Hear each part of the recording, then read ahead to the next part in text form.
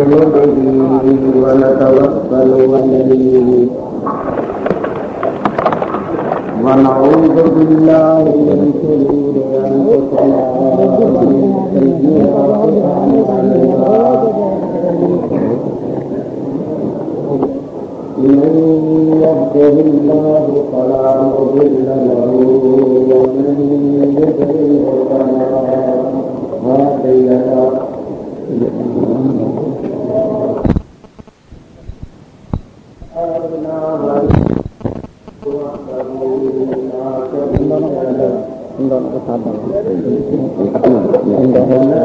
وأن سيدنا ومولانا وشفيعنا وحبيبنا وروحنا ورسولنا محمدا عبده ورسوله صلى الله تعالى عليه وعلى آله وأصحابه وبارك وسلم. أما بعد فأعوذ بالله من الشيطان الرجيم. بسم الله الرحمن الرحيم.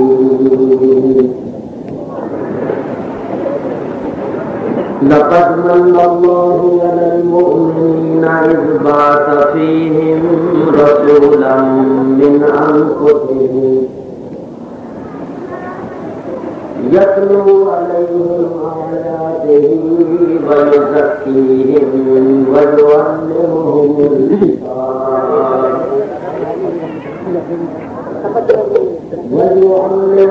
الكتاب والحكمة وإن كانوا من قبل لفي ضلال مبين. صدق الله العلي العظيم. روسی پڑھیے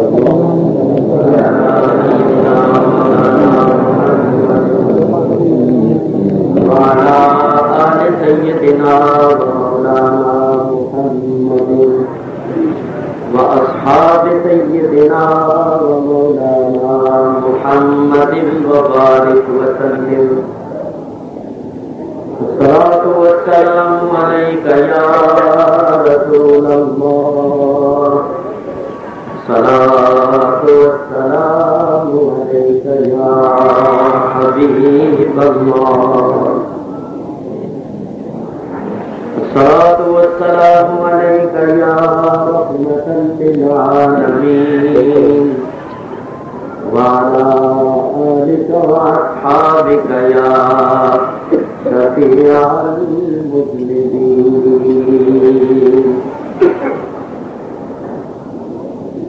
حمد و صلاۃ کے بعد میں نے آپ حضرات کے سامنے قرآن کریم کی ایک آیہ کریمہ تلاوت کی ہے. اس آیہ کریمہ کا لفظی ترجمہ اور چند تفسیری فوائد میں آپ حضرات کے سامنے پیش کروں گا. آپ حضرات بڑے سکون اور بڑے اطمینان کے ساتھ تشریف رکھتے ہوئے سنیں. وما توفیقی الا باللہ العلی العظیم. اللہ تعالیٰ ارشاد فرماتا ہے لقد من اللہ علی المؤمنین. البتہ تحقیق احسان فرمایا اللہ تعالیٰ نے مومنوں پر. اذ بعث فیہم رسولا. جبکہ اس نے ان میں رسول اکرم علیہ السلام کو بھیجا.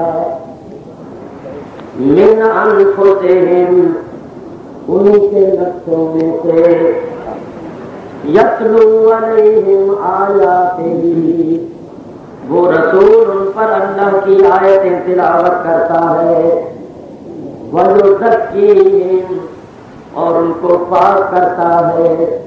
وَيُعَلِّمُهُمُ الْكِتَابَ وَالْحِكْمَةَ اور ان کو کتاب و حکمت سکھاتا ہے. وَإِنْ كَانُوا قَبْلُ لَفِي ضَلَالٍ مُبِينٍ، اور اس سے پہلے وہ پوری گمراہی میں تھے۔ یہ ہے آیت کریمہ کا لفظی ترجمہ۔ تشریح اور تفسیر کے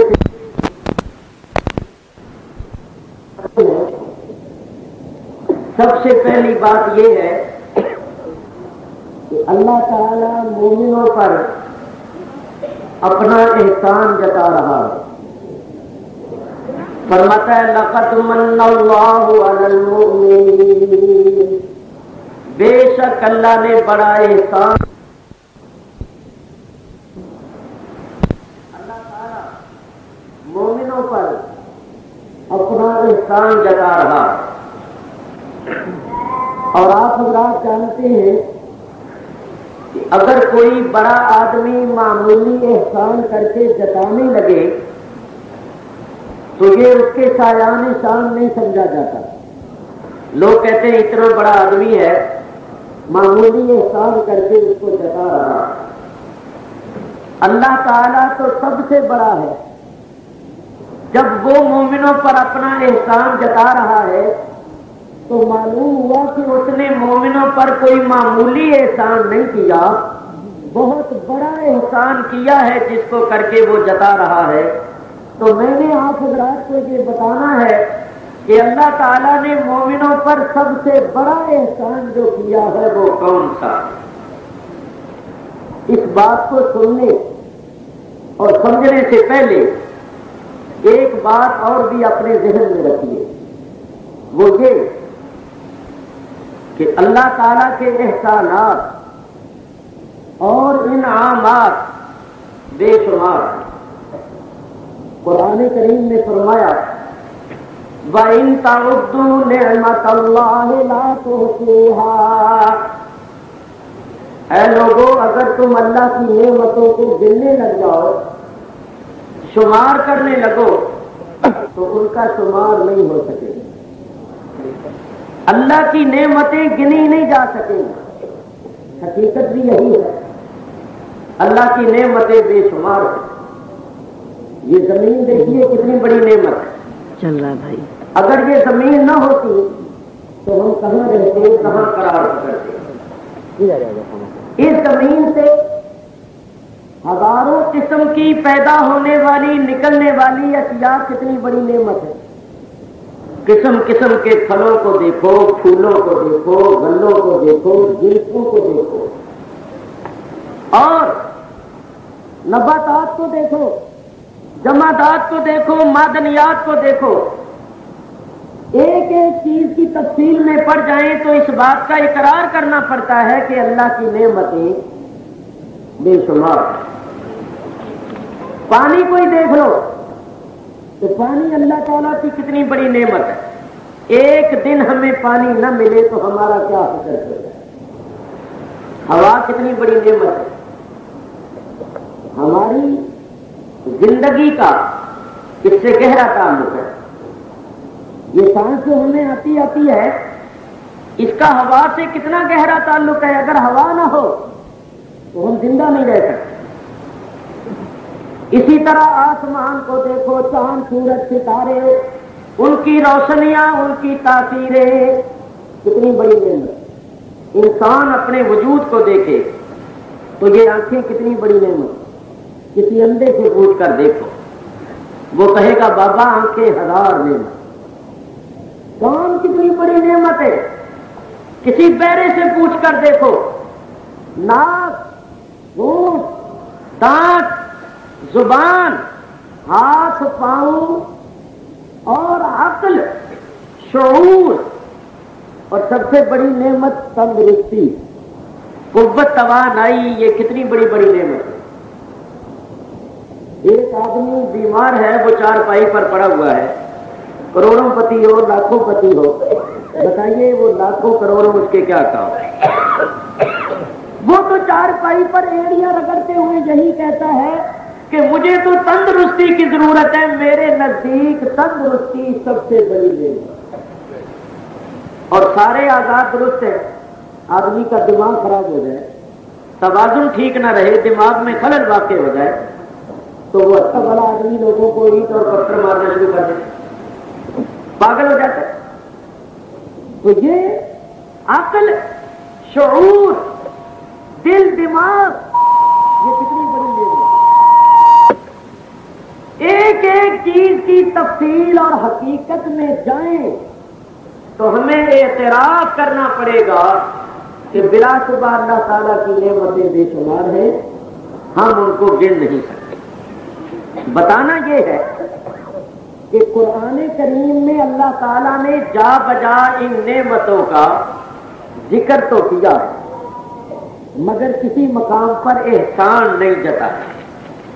مثلا اللہ تعالیٰ ارشاد فرماتا ہے فَجَعَلْنَاهُ سَمِيعًا بَصِيرًا، ہم نے انسان کو سمیع و بصیر بنایا۔ آنکھیں اور کان کتنی بڑی نعمت ہے، ان کا ذکر کیا ہے کہ ہم نے انسان کو سننے کے لیے کان دیے ہیں، دیکھنے کے لیے آنکھیں دی ہیں، مگر احسان نہیں جتایا۔ یہ نہیں فرمایا کہ ہم نے انسان پر بڑا احسان کیا کہ اس کو سمیع و بصیر بنایا۔ ہاں، اللہ تعالیٰ نے اپنی نعمتوں کا ذکر کر دیا۔ اسی طرح دیکھ لی اللہ تعالیٰ ارشاد فرماتا ہے الذی جعل لکم الارض فراشا والسماء بناء وانزل من السماء ماء فاخرج به من الثمرات رزقا لکم۔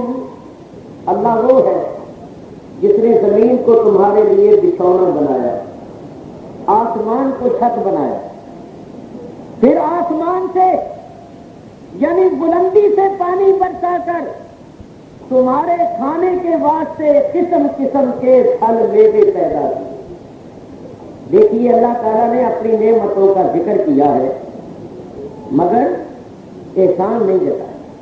یہ نہیں فرمایا کہ ہم نے انسان پر بڑا احسان کیا کہ اس کے لیے یہ کچھ کیا۔ اسی طرح آپ قرآن پڑھتے جائیے، جگہ جگہ آپ کو اللہ کی نعمتوں کا ذکر ملے گا مگر اس کے ساتھ احسان کا لفظ نہیں ہوگا، تو دیکھنا یہ ہے کہ اللہ نے بے شمار نعمتیں عطا فرمائیں، احسان نہیں جتایا۔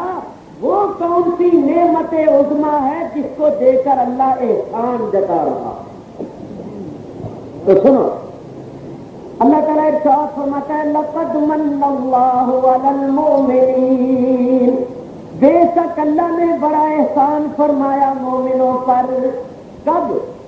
اذ بعث فیہم رسولا،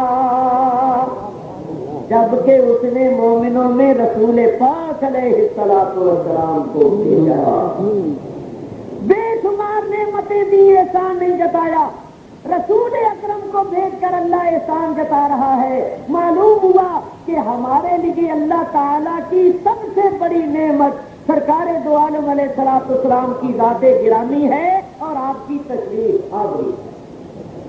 حقیقت بھی یہی ہے، باقی سب نعمتیں تو انہی کا صدقہ ہیں، اگر وہ نہ ہوتے تو کچھ بھی نہ ہوتا۔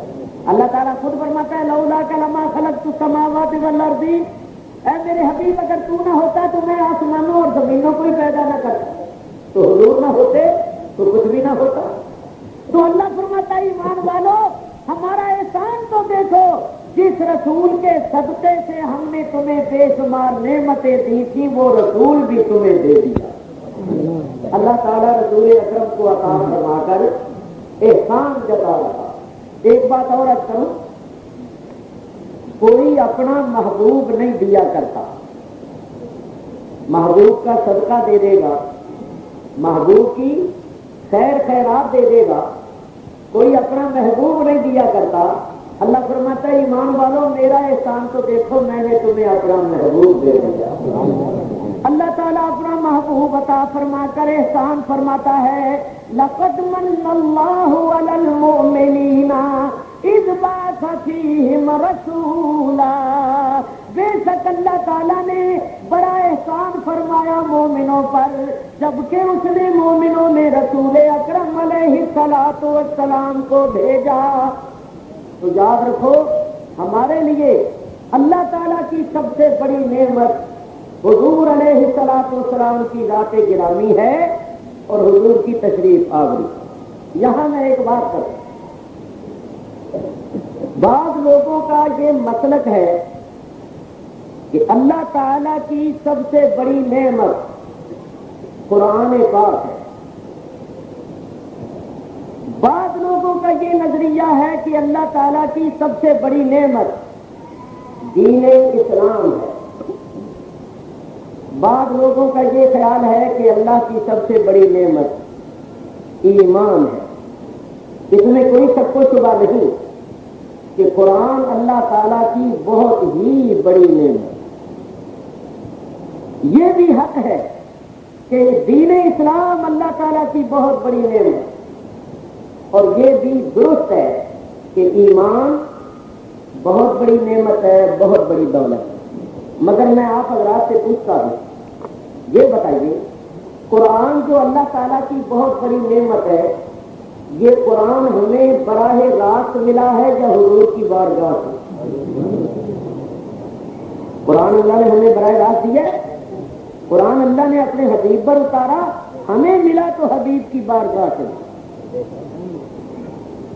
اسلام ہمیں ملا تو حضور کی بارگاہ سے ملا، ایمان ہمیں ملا تو حضور کی بارگاہ سے ملا، اور میں کہتا ہوں خدا کی قسم خود رحمان ملا تو حضور کی بارگاہ سے۔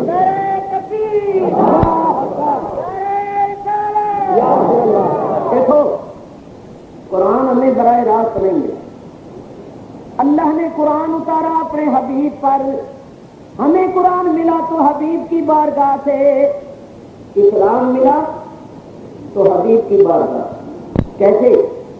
اسلام کیا ہے؟ جو کچھ نبی کریم علیہ الصلوۃ والسلام نے فرما دیا وہ اسلام ہے، جو کر کے دکھا دیا وہ اسلام ہے۔ گویا اسلام نام ہے حضور کی گفتار اور حضور کے کردار، حضور کی باتوں اور حضور کی اداؤں کا نام اسلام ہے۔ تو ظاہر ہے کہ حضور کی باتیں اور حضور کی ادائیں حضور سے ہی ہوئی، تو اسلام ملا تو ان کی بارگاہ سے، ایمان ملا تو ان کی بارگاہ سے۔ اس کی میں قدر وضاحت کرتا ہوں۔ بتائیے آپ سب حضرات اللہ پر ایمان رکھتے ہیں یا نہیں رکھتے؟ ایمان کیا ہے؟ مثلا کوئی آپ سے پوچھے کہ مومن صاحب یہ بتائیے ایمان کس کو کہتے ہیں، ایمان کی تعریف کیا ہے، تو آپ کیا بتائیں گے؟ پڑھے لکھے حضرات جانتے ہیں، میں بتاتا ہوں تاکہ بچے جو بیٹھے ہوئے ہیں اور جو نہیں جانتے وہ بھی جانیں۔ ایمان کی بہت ہی موٹی اور آسان تعریف کروں گا، آپ یاد کر لیں۔ ایمان نام ہے تصدیق قلبی اور اقرار لسانی کا، دل سے تصدیق کرنا، زبان سے اقرار کرنا، یہ ایمان ہے۔ چنانچہ ایمان کی صفتوں میں آپ پڑھتے ہیں نا، اقرار باللسان و تصدیق بالقلب، زبان سے اقرار ہے، دل سے تصدیق۔ اور اگر کسی کے دل میں تصدیق نہ ہو، زبان سے وہ اقرار کرے تو وہ مومن نہیں۔ جیسا کہ منافق زبان سے کہتے تھے لا الہ الا اللہ، مگر دل میں ایمان نہیں تھا، دل میں تصدیق نہیں تھی، تو وہ مومن نہیں۔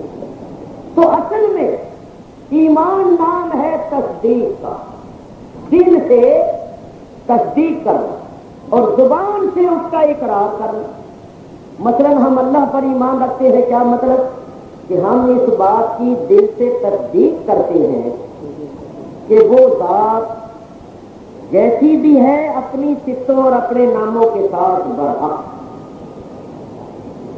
اور زبان سے اس کا اقرار بھی کرتے ہیں۔ ہم پہلے نبیوں پر ایمان رکھتے ہیں، کیا مطلب؟ کہ ہم دل سے اس بات کی تصدیق کرتے ہیں اور زبان سے اقرار کرتے ہیں کہ وہ نبی جن کو اللہ نے بھیجا تھا وہ سب سچے تھے، برحق تھے، اللہ تعالیٰ کے بھیجے ہوئے۔ اللہ حاضر کیا ایمان نام ہے تصدیق قلب، دل سے تصدیق کر۔ لو بتاؤ تصدیق پہلے ہوتی ہے یا علم پہلے ہوتا؟ علم پہلے ہوتا. جب تک کسی چیز کا علم نہ ہو تصدیق نہیں ہو. مثلا کوئی شخص کسی عالم کسی مفتی کے پاس آ جائے اور آ کر کہے کہ حضرت وہ ذرا تصدیق فرما دیجیے، تو وہ مفتی صاحب کہے بھائی کس بات کی تصدیق؟ تو وہ سائل کہے گی بات تو کوئی نہیں، بس تصدیق کر دو. تو بولو مفتی صاحب تصدیق کریں گے؟ کہیں گے جب بات ہی کوئی نہیں تو میں تصدیق کس کی کروں؟ بھائی پہلے بات کرو، وہ بات میرے علم میں آئے گی، اگر تصدیق کے قابل ہوگی تو میں تصدیق کر دوں گا. کسی مجسٹریٹ کے پاس کسی جج کے پاس کوئی عدالت میں چلا جائے اور سلام کر کے کہے جناب ذرا تصدیق فرما دو، وہ کہے کس بات کی تصدیق؟ تو وہ سائل کہے جی بات تو مت پوچھو بس تصدیق کرو. تو بچے بھی سمجھ سکتے ہیں کہ تصدیق کے لیے علم کا ہونا ضروری. بڑی موٹی سی بات ہے کہ جس چیز کا انسان کو علم ہی نہیں ہوگا اس کا وہ مصدق کیسے ہوگا، اس کی تصدیق کیسے کرے؟ تو تصدیق کے لیے علم کا ہونا ضروری ہے. آپ نے جو اللہ کی تصدیق کی کہ اللہ ہے، تو سوال یہ ہے کہ آپ کو اللہ کا علم کیسے ہوا؟ آپ نے اللہ کو جانا کیسے؟ اور اگر آپ اللہ کو جانتے ہی نہیں تو جس کو آپ جانتے نہیں اس کی آپ تصدیق کیسے کر رہے ہیں؟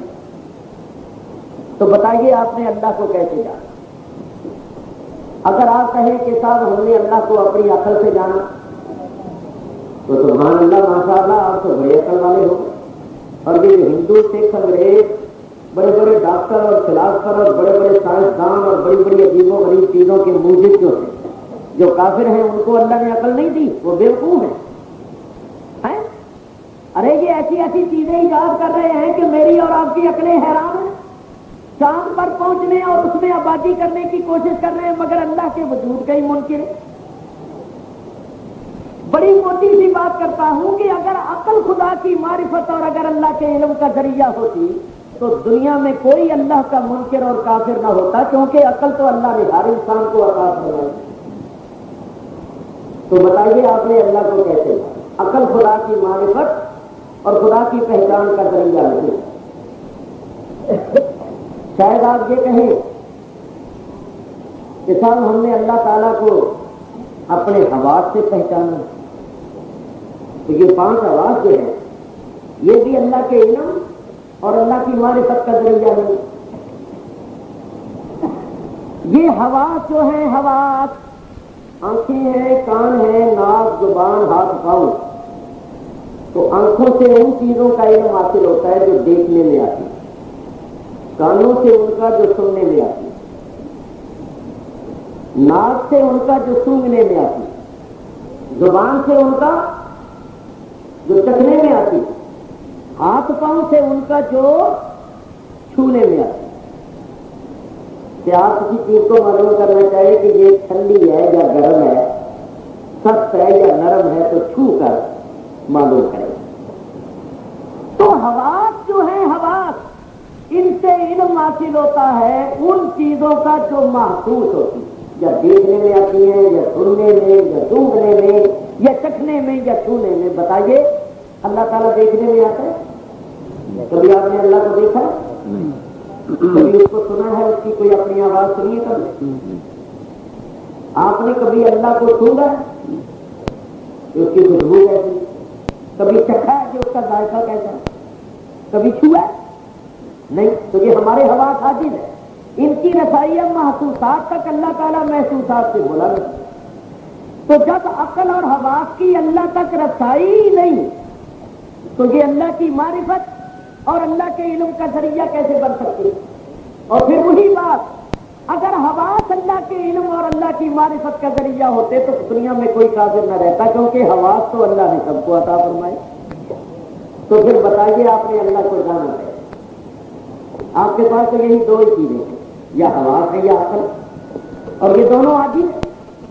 تو آپ نے خدا کو کیسے جانا؟ تو آؤ میں آپ کو بتاؤں.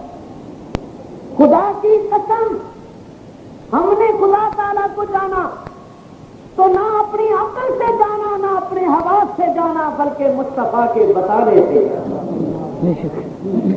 شاید کسی کو یہ شبہ ہو کہ ہم نے اللہ کو قرآن سے جانا، قرآن سے ہمیں معلوم ہوا کہ اللہ ہے، قرآن سے ہمیں معلوم ہوا کہ پہلے نبی ہیں، تو میں کہوں گا کہ قرآن کے قرآن ہونے کا علم آپ کو کیسے دیا؟ یہ قرآن اللہ کی کتاب ہے، اس کا علم کیسے ہے؟ تو لے دے کر بات حضور پر آ جائے گی۔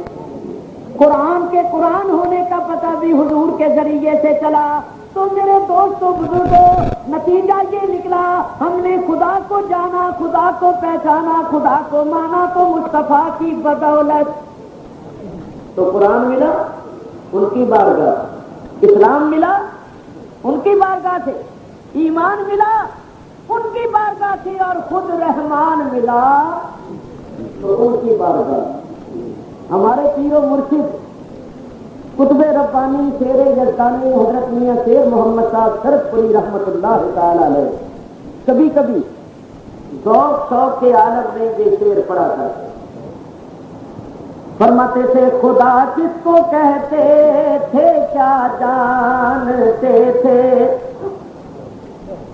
خدا کس کو کہتے تھے کیا جانتے تھے، وہ تیری زبان سے سنا ہے محمد یار سنا ہم نے تو آپ کی زبان سے۔ اور اعلیٰ حضرت امام اہل سنت مولانا شاہ احمد رضا فاضل بریلوی رحمت اللہ علیہ فرماتے ہیں فیض پہنچا رضا احمد پاک سے، فیض پہنچا رضا احمد پاک سے، ورنہ تم کیا سمجھتے خدا کون ہے۔ یہ سب حضور کا ہے۔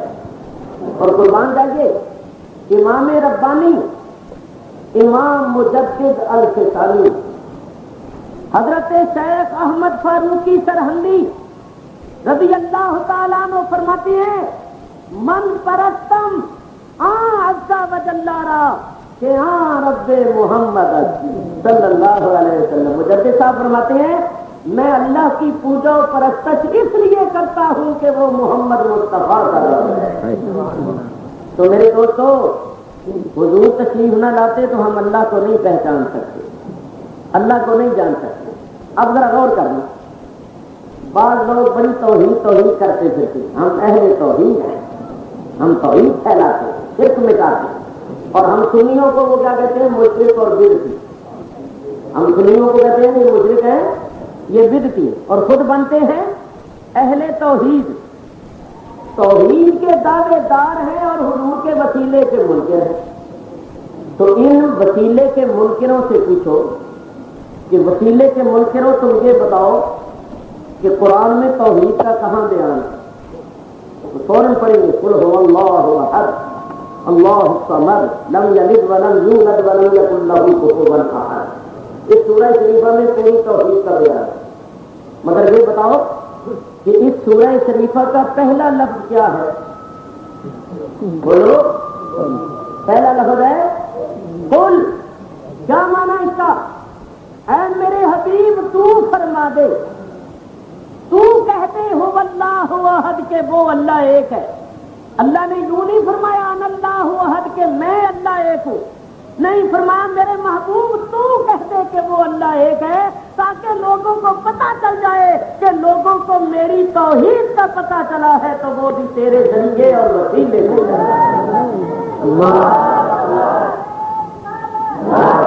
ایک بات اور سنو، میں دعوے سے کہتا ہوں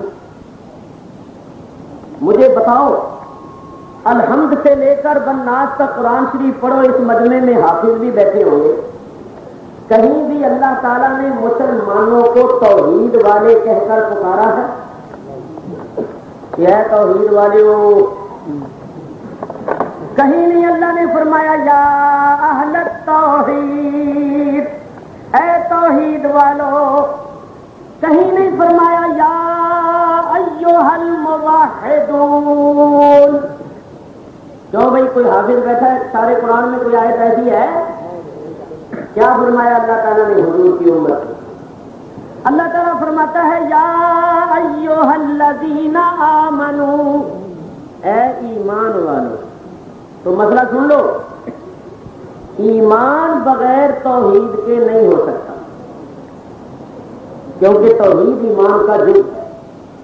کوئی ایمان والا بغیر توحید کے ایمان والا نہیں ہو سکتا، لیکن بہت سے توحید والے بغیر ایمان کے ہو سکتے ہیں. کوئی ایمان والا بغیر توحید کے نہیں ہو سکتا، لیکن بہت سے ایسے ہو سکتے ہیں جو توحید والے تو ہوں مگر ان کے پاس ایمان نہ. تو میرے دوستو، اللہ تعالیٰ نے تو فرمایا ایمان والو، یہ توحید کرتے پھرتے، ہم توحید والے ہیں، توحید والے. ان کی توحید ہے شیطانی توحید. کیسے؟ میں غلط نہیں کہتا، مجھے بتاؤ توحید کیا ہے؟ اللہ کو ایک جانے، ایک مانے اور کسی کو اللہ کا شریک نہ ٹھہرائے. یہی توحید ہے. کچھ اور بولو توحید کیا؟ اللہ کو ایک جانے، ایک مانے اور کسی کو اللہ کا شریک نہ ٹھہرا. تو بولو شیطان نے اللہ کے ایک ہونے کا انکار کیا تھا؟ کسی کو اللہ کا شریک ٹھہرایا تھا؟ تو پھر مردود کیوں ہو گیا؟ ملعون کیوں ہوا؟ صرف اس لیے کہ اس نے حضرت آدم علیہ السلام کی تعظیم نہیں کی، توحید کا انکار نہیں کیا. تو جب اس نے اللہ کے خلیفے، اللہ کے بندے کی تعظیم نہ کی، اللہ نے نہ اس کی توحید کو دیکھا، نہ اس کے علم کو دیکھا، نہ لاکھوں برس کی عبادت کو دیکھا، مردود بنا دیا. معلوم ہوا کہ جو اللہ کو ایک مانے، اللہ کو ایک جانے، کسی کو اللہ کا شریک نہ ٹھہرائے مگر اللہ والوں کی تعظیم کا منکر ہو، اس کی توحید شیطانی ہے. بولو سارے، اس کی توحید شیطانی. توحید اسلامی اور توحید ایمانی اور توحید رحمانی یہ ہے اللہ کو معبود مانے، اللہ کی عبادت کرے، اللہ کی وحدانیت کا قائل ہو مگر اللہ والوں کی تعظیم بھی کرے. اللہ والوں کی تعظیم بھی کرے. اگر اللہ والوں کی تعظیم کا منکر ہے تو وہ کبھی مقبول نہیں ہوتا. خیر دور چلی جا رہی ہے بات. میں بھی عرض کر رہا تھا، ہمیں قرآن ملا تو ان کی بارگاہ سے، اسلام ملا تو ان کی بارگاہ سے، ایمان ملا تو ان کی بارگاہ سے، خود رحمان ملا تو ان کی بارگاہ سے. لو بھائی آگے چلو اور ذرا سوچ کر بتانا. یہ بتاؤ قرآن تو ہمیں حضور کی بدولت مل گیا، اس قرآن کو نہ ہم سمجھ سکتے ہیں نہ اس قرآن پر عمل کر سکتے ہیں جب تک حضور کا دامن نہ تھامے. مثلا اللہ تعالیٰ قرآن میں ارشاد فرماتا ہے اقیموا الصلاۃ وآتوا الزکاۃ، نماز قائم رکھو اور زکات دو. یہ اللہ نے حکم دے. نماز کس طرح قائم رکھے؟ دن میں کتنی مرتبہ پڑھے؟ اول وقت کون سا ہے؟ آخر وقت کون سا ہے؟ اوسط وقت کون سا ہے؟ افضل کون سا ہے؟ مکروہ کون سا ہے؟ فجر میں کتنی رکعتیں پڑھیں؟ ظہر میں کتنی؟ عصر میں کتنی؟ مغرب عشاء میں کتنی؟ کھڑے کس طرح ہوں اور کھڑے ہو کر کیا پڑھیں؟ رکوع کس طرح کریں اور رکوع میں کیا پڑھیں؟ سجدہ کس طرح کریں؟ سجدے میں کیا پڑھیں؟ قعدہ کس طرح کریں اور قعدے میں کیا پڑھیں؟ نماز پڑھتے ہوئے دائیں بائیں دیکھ لیں یا نہیں؟ کچھ کھا پی لیں یا نہیں؟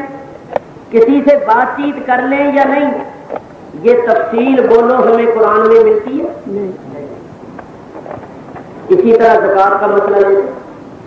نماز تو دن میں 5 مرتبہ پڑھنی ہے، زکات کتنی مرتبہ دینی ہے؟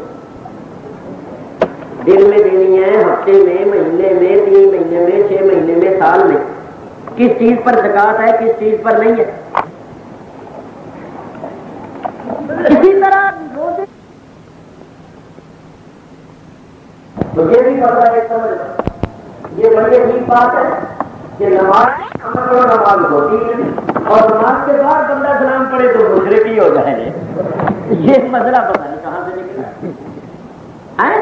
جو لوگ کہتے ہیں سلام پڑھنا شرک ہے، ان سے پوچھو کہ اگر حضور پر سلام پڑھنا شرک ہے تو کیا نماز میں پانچوں وقت شرک ہوتا ہے؟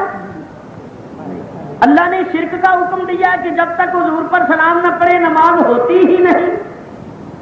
تو یاد رکھو سلام پڑھنا ہرگز شرک نہیں. دیکھو جو نماز میں سلام پڑھا جاتا ہے اس کے الفاظ بھی وہی ہے جو اس سلام کے. مثلا یہ جو سلام ہم پڑھیں گے جلسے کے بعد، یا نبی سلام علیہ، کیا معنی اس کا؟ اے نبی آپ پر سلام. اور نماز میں کیا پڑھتی؟ السلام علیکہ ایھا النبی، سلام ہو آپ پر اے نبی. ایھا النبی اصل میں ہے یا ایھا النبی، یا حرف ندا یہاں معذوف ہے، تو الفاظ بھی وہی معنی بھی وہی. تو یہ بڑی عجیب بات ہے کہ نماز کے اندر تو سلام پڑھنا واجب ہو اور نماز کے باہر شرک. یہ مسئلہ پتہ نہیں نکلا کہاں ہے. تو میرے دوستو سلام پڑھنا ہرگز شرک نہیں ہے. سلام تو اللہ کے حکم کی تعمیل ہے. اللہ فرماتا ہے یا ایھا الذین آمنوا صلوا علیہ وسلموا تسلیما.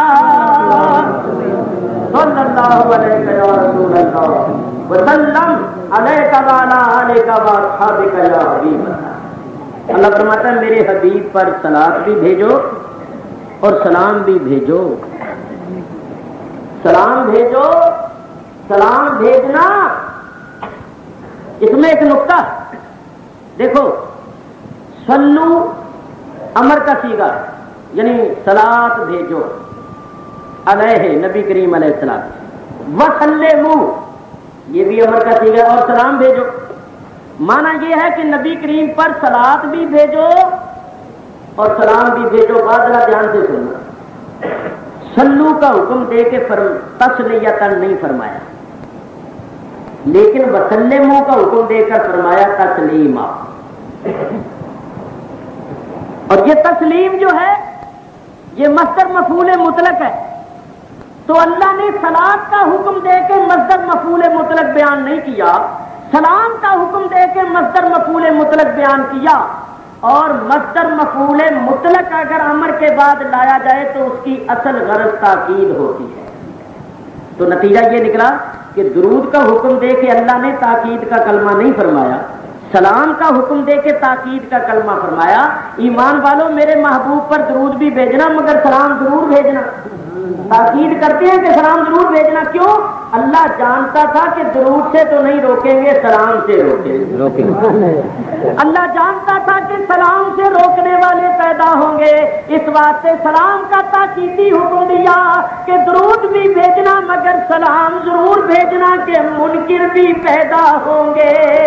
ارے تکبیر! سب ایک بات سنو، جو سلام بھیجتا ہے اس کو کیا ملتا ہے؟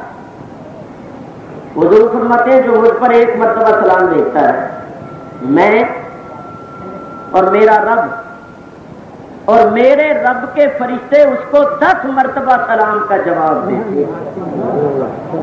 جو حضور پر ایک مرتبہ سلام بھیجے اور اس پر اللہ کا 10 مرتبہ سلام آتا ہے، 10 مرتبہ نبی کریم کا سلام آتا ہے، 10 مرتبہ فرشتوں کا سلام آتا ہے. اور جو سلام پڑھنے سے روکے اس پر کیا آتا ہے؟ یہ قیامت کے دن پتہ کر لینا یا ابھی کسی مولوی سے بعد میں پوچھ. یہ سلام پڑھنے سے روکتے، نیکی سے روکتے ہیں. جب بات کریں گے سلام نہ پڑھو، ختم درود نہ پڑھو، نظر نیاز نہ کرو، یہ نہ کرو، نیکیوں سے روکتے ہیں. اتنی برائیاں ہو رہی ہیں ان کے خلاف نہیں بولتے. میرے بزرگوں دوستوں چوری ہو رہی ہے، زنا ہو رہے ہیں، شراب خوری، جوا بازی، کتنی بدکاریاں برائیاں ہو رہی ہیں، ان کے خلاف ان کی زبان نہیں کھلتی. اور زبان کھلتی ہے تو ان نیکیوں کے بارے میں درود نہ کرو، سلام نہ کرو، میلاد نہ کرو، یہ نہ کرو. اور آئندہ دیکھنا، آئندہ مولوی بھی ایسے ہی پیدا ہوں گے اب مولوی ابھی سے شروع ہو گئے داڑھی مجھ منڈی ہوئی، نہ داڑھی نہ مجھ، اب مولوی اس قسم کے پیدا ہوئے، چمچے قسم کے جی حضور کے، کیونکہ جب تک کوئی جی حضوریہ نہ بنے ان کو تو پھر وہ موقع نہیں نہ ملتا، اور دنیا یہ دیکھتی ہے کہ فلانا ٹیلی ویژن میں آتا ہے، بس سمجھ لیا مولوی۔ علماء سے پوچھو کہ جن کی داڑھی نہیں، جن کی مونچھ نہیں، جو خود شریعت پر عمل نہیں کرتے، وہ دوسروں کے رہنما اور ہادی کیسے بن سکتے ہیں؟ یہ میرے ہاتھ میں رکا ہے، کسی شخص نے بھیجا ہے کہ چند روز پہلے یہاں حیدرآباد میں ایک مولوی صاحب آئے کراچی سے، نام نہیں میں لیتا، یہ لکھا ہے کہ ان سے پوچھا گیا کہ مولوی صاحب آپ داڑھی کیوں نہیں رکھتے؟ جب آپ عالم ہیں، تقریر کرتے ہیں، تو آپ داڑھی کیوں نہیں رکھتے؟ داڑھی رکھنا حضور کی سنت ہے۔ تو انہوں نے کہا کہ میں داڑھی اس لیے نہیں رکھتا کہ بہت سے داڑھیوں والے برے کام کرتے، یہ جواب دیا۔ اچھا ذرا سننا، اگر اس واسطے داڑھی نہیں رکھنی چاہیے کہ بہت سے داڑھیوں والے برا کام کرتے ہیں، تو پھر تو اسلام بھی قبول نہیں کرنا چاہیے، کیونکہ بہت سے اسلام والے بھی برے کام کرتے ہیں۔ بولو بھائی، جس نے داڑھی رکھی ہو اس کو کیا کہتی ہے؟ اہل ریش، اہل داڑھی۔ اور جو مسلمان اسلام قبول کرتے ہیں ان کو کہتے ہیں اہل اسلام۔ تو اگر اہل ریش برائیاں کرتے ہیں بقول ان کے، تو اہل اسلام برائیاں نہیں کرتے؟ تو اگر داڑھی اس لیے نہیں رکھنی چاہیے کہ اہل ریش برائیاں کرتے ہیں، تو پھر تو اسلام کو بھی نہیں قبول کرنا چاہیے، کیونکہ اہل اسلام بھی تو برائیاں کرتے ہیں۔ کوئی مولوی ہوتا آگے سے تو ان کو جواب دیتا کہ صاحب پھر آپ اسلام کو بھی چھوڑ دیجیے، کیونکہ اہل اسلام بھی بہت برائیاں کرتے ہیں۔ اور پھر ان کو یہ بھی کہنا چاہیے کہ صاحب آپ ٹی وی پر کیوں آتے ہیں؟ ٹی وی پر بھی تو بہت سی برائیاں ہوتی ہیں، جہاں ٹی وی پر بہت برائیاں ہوتی ہیں وہاں آپ کیوں آتے؟ تو ہوش آ جاتی۔ تو اصل میں بات یہ ہے کہ لوگوں نے بنا لیا مذاق،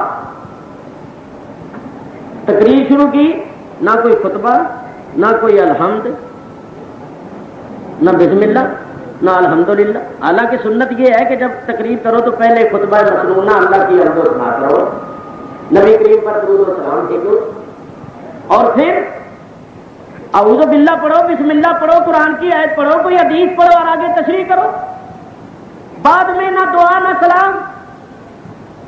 تو آئندہ تمہیں ایسے مولوی ملیں گے، اور تم چاہتے بھی ایسوں کوئی ہو، کیونکہ آج کل کا طبقہ جو ہے وہ کہتا ہے کہ مولوی ایسا ہو جو ذرا چھوٹ دے دے، تھوڑی جی چھوٹ دے دو۔ دیکھو نا، ایک شخص ہوا ہے پاکستان میں، اس کی جماعت بڑی منظم ہے، لوگ کہتے ہیں اس نے چھوٹ دے دی کہ یہ داڑھی اتنی مٹھ بھر قبضہ پر رکھنا کوئی ضرورت نہیں، اتنی چاول کے برابر داڑھی ہو تو بھی سنت کے مطابق ہے۔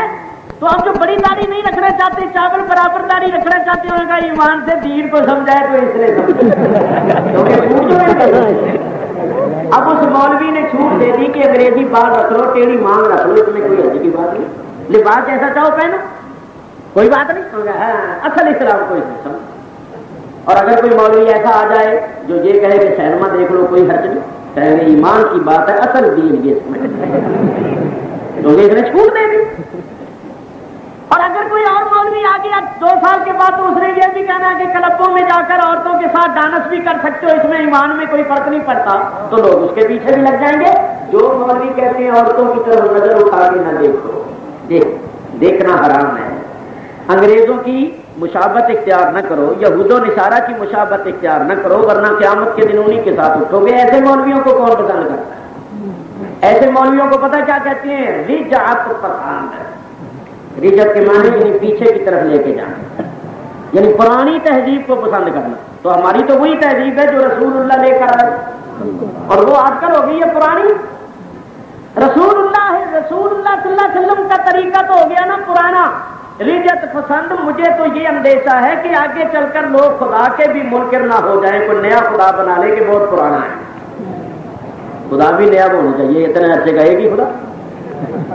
جب ہیں صدر بدلتے رہتے ہیں، وزیر اعظم بدلتے رہتے ہیں، تو یہ کیا ضروری ہے کہ خدا ایک ہی ہے؟ خدا بھی تو بدلنا چاہیے۔ تو لوگ ایسے ہوں گے، قیامت کی نشانیاں ہیں۔ حضور نے فرمایا کہ جو صحیح معنوں میں عالم ہوں گے ان کو لوگ ذلیل کریں گے، اور جو جاہل ہوں گے ان کو علماء کی مسندوں پر بٹھائیں گے۔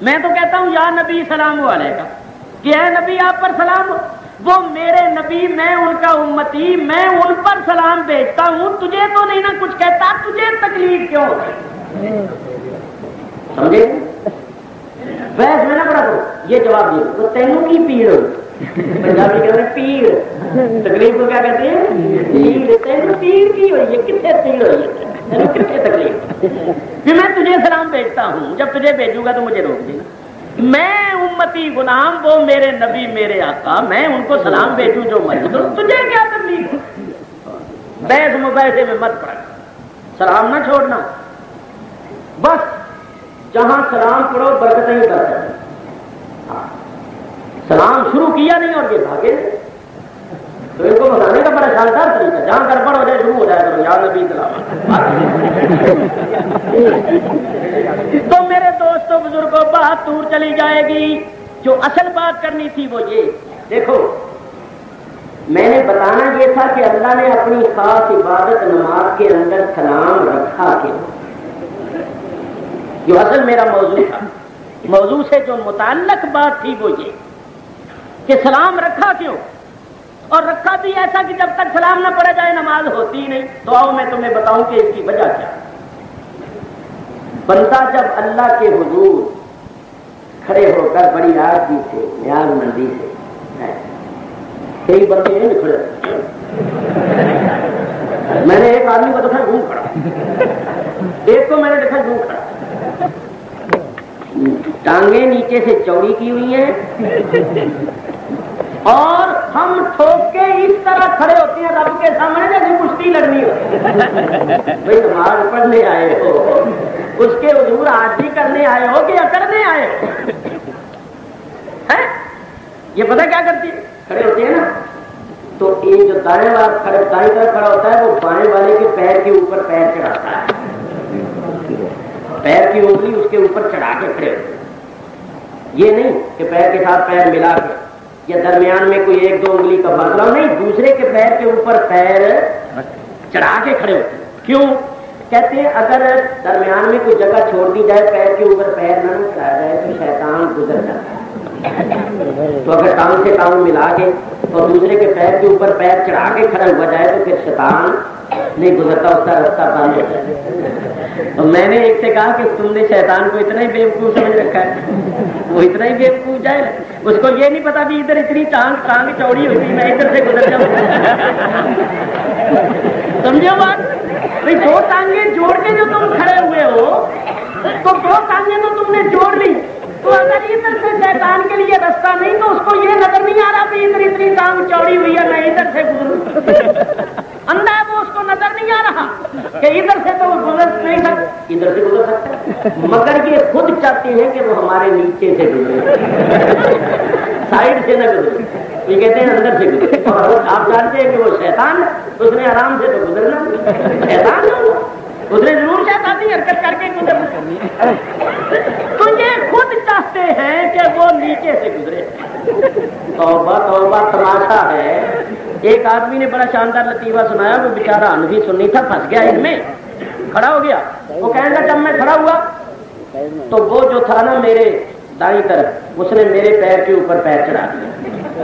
وہ کہتا میں نے نیچے سے اپنا پیر کھسکا کے تھوڑا سا اور آگے کر، اس نے پھر چڑھا دیا۔ وہ کہتا وہ چڑھاتا جائے اور میں پیر کھسکا کے کرتا جاؤں یہاں تک کہ میرے پیر آپس میں دونوں مل گئے، پیر دونوں مل گئے۔ تو کہنے لگا نماز تو میری خراب ہو گئی، دھیان ہی ادھر، یہ میرے پیر کے اوپر پیر کیوں چڑھا رہا ہے؟ وہ پیر نکال کے پیر سے پیر جو مل گیا تو اس نے کہا چلو اب نماز تو دوبارہ پڑھنی پڑے گی۔ وہ شخص کہنے لگا میں نے اپنا پیر اٹھا کے نا تو ایڑی رکھ دی اس کے پیر کی انگلیوں پر اور زور دے کے دو چار مرتبہ جو رگڑا لگایا نا، پھر نماز تو میں نے دوبارہ پڑھنی ہے مگر اس کو تو ذرا پتہ چکھا جاؤں۔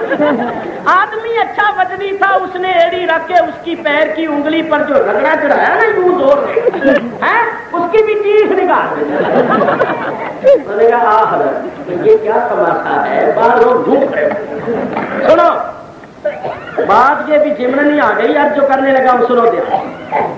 اللہ نے خاص نماز کے اندر سلام اور درود رکھا کیوں؟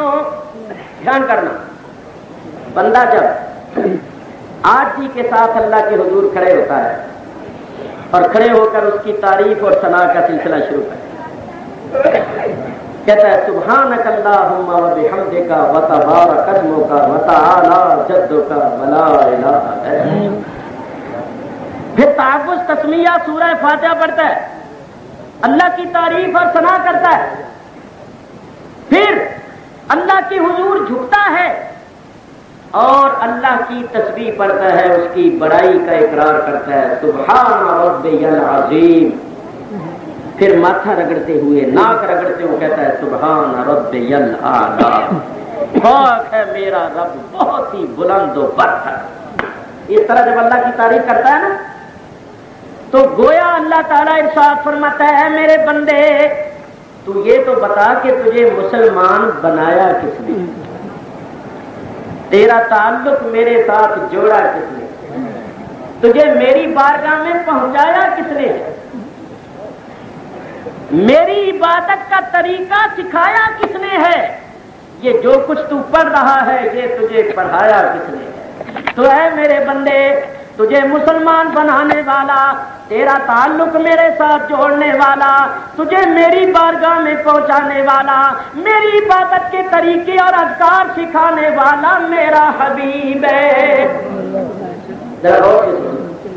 تو اے میرے بندے, اللہ فرماتا ہے اے میرے بندے میری جس بارگاہ میں تو عبادت کا ہدیہ لے کر آیا ہے, میری اسی بارگاہ میں میرا وہ حبیب بھی موجود ہے جس نے تجھے یہاں تک پہنچایا. تو اے میرے بندے میری بارگاہ میں تو نے عبادت کا ہدیہ پیش کیا ہے تو میرے حبیب کی بارگاہ میں سلام اور درود کا ہدیہ پیش کر جس کی برکت سے تو یہاں تک پہنچا ہے. تو پھر بندہ اللہ کے دربار میں اللہ کے نبی کو حاضر و موجود پاتا ہے. غور سے سننا, فَإِنَّهُ لَا يُفَارِقُ حضرت اللہ ابدا. نبی کریم علیہ الصلوۃ والسلام وصل کے اس مقام پر ہیں اور اللہ کے ایسے مقرب ہیں کہ ایک لمحہ کے لیے بھی حضور اللہ کی حضوری سے جدا نہیں.